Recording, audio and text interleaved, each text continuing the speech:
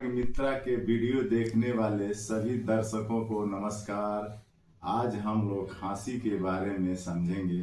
खांसी क्या है, खांसी कैसे होता है, खांसी कितने प्रकार की होती है, बलगम या कफ क्या है और खांसी के घरेलू उपाय के बारे में हम लोग समझेंगे। तो आइए हम लोग देर न करते हुए वीडियो को शुरू करते हैं। खांसी एक शारीरिक प्रक्रिया है जो फेफड़ों के अंदर हवाओं के आने जाने वाले रास्तों को साफ करने के लिए होता है। खांसी होने से सांस लेने में परेशानी होती है। खांसी कई कारणों से होता है, जैसे धूल मिट्टी वाला वातावरण में रहने व आने जाने और रहने से। दूसरा, विटामिन डी की कमी से। तीसरा, एलर्जी या अस्थमा से। चौथा, सर्दी जुकाम या कोरोना वायरस से। पांचवा, फेफड़ों के कैंसर से। छठा, दमा या टीबी रोग होने से।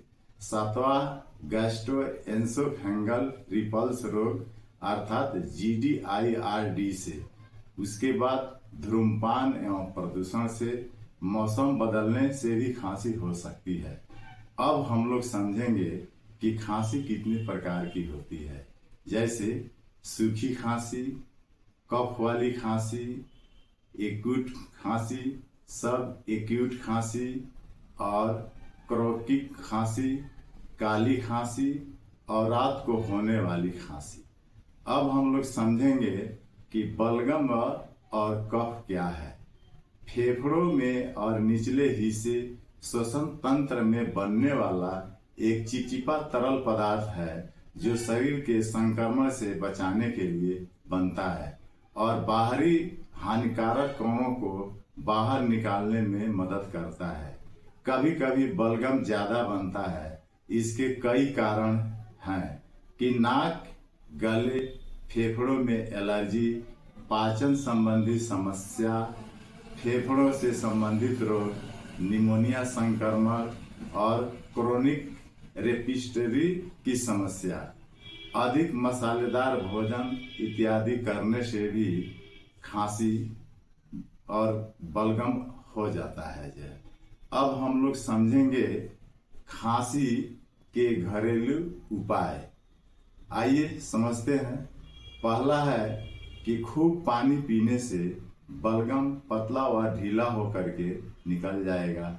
दूसरा, तुलसी, अदरक, काली मिर्च, दालचीनी, छोटी इलायची एवं गुड़ मिलाकर काढ़ा पीने से खांसी दूर होती है।